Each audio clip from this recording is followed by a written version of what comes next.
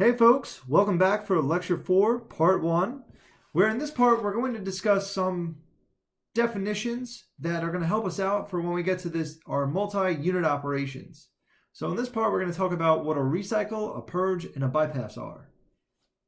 So I figured we're going to start with a scenario where we have 100-pound mass per hour of reactant A entering a reactor, where we have A turning into B. Now, I also want to make a note that reactant A is very expensive. We do not want to waste this. Okay? So in this process, after we go through our reactor, we now have 80-pound mass per hour of A, 20-pound mass per hour of B. Okay. And now we go to a separator where we're going to separate out all of B from all of A. In this case, we're going to have let's say a perfect separation. Okay, so 20-pound mass per hour of B is coming out of the separator. And then we have 80-pound mass per hour of A coming out.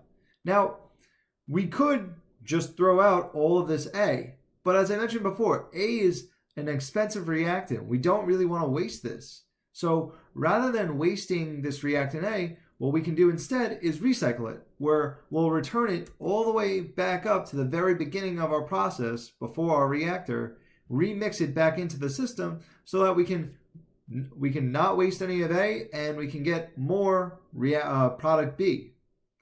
And so for us, the way we define a recycle is that it's where we take material downstream and put it back upstream. All right. Now, when we do this, I wanted to mention that there's something else we should be thinking about, and that's that for setting up our material balances. So anytime you see a recycle, you see this one arrow is connecting straight into another arrow. But that's going to make things very tricky when you're trying to figure out how much material you have in all your different streams, because that arrow entering the reactor has two different compositions and two different quantities. And there's a different quantity before and after that recycle arrow comes back. And so for us, what we're going to do is we're going to add in something called a mixing point. So we add a mixing point in so that we can process what happens to our stream before and after the recycle stream mixes with the stream that's entering our reactor.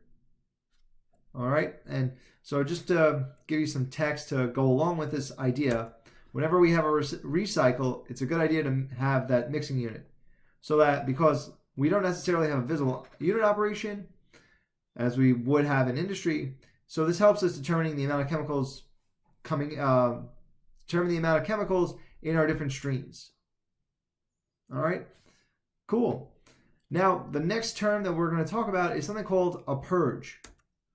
All right, and a purge is where we're going to clean out excess material, preventing buildup in our reactor. So if we revisit that example I just gave you, and now instead of just having 100-pound mass per hour of A, we also have 10-pound mass per hour of nitrogen.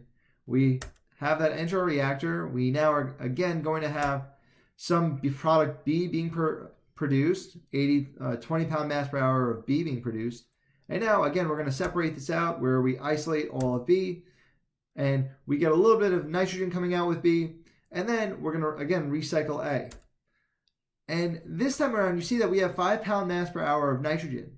And we want to be careful of this. We don't want a full recycle going back into our system, because what may happen is that we may have this buildup within our system where we keep accumulating nitrogen, and eventually we're going to exceed the holding capacity of our reactor. So instead, what we're going to do is something called a purge, where we're going to remove a small portion of our recycle stream and then send the remainder back into our system. Okay, and the main purpose of this purge is to prevent buildup within our reaction system or just our unit operation.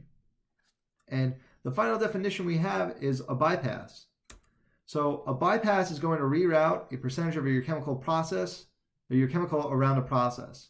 So in this case, I've got a heat exchanger where I have this hot fluid coming in at 300 degrees Celsius. I have that hot fluid then exiting my heat exchanger at 250 degrees Celsius, because a heat exchanger's whole purpose is to transfer heat from your hot fluid to your cold fluid. Now, On the opposite side, we've got water that's flowing in at 40 degrees Celsius. We have water flowing out. Now, what may happen is that I don't want this water that's coming into the system, I don't want it to ever exceed a particular temperature. And what may happen is that I may actually have some of the water that's entering my heat exchanger bypass the heat exchanger and just come out, bypass the heat exchanger and mix with some of the cold fluid that's coming out of my heat exchanger, just to keep the temperature of my inlet of my water very low. And that could be that we just don't want any of our water to boil off into steam, and one of the ways we do that is have this bypass. All right, and now that's going to wrap up our Lecture 4, Part 1, where, just to recap, we were able to define what a recycle is, what a purge is, and a bypass. And now we're going to move on to Lecture 4, Part 2.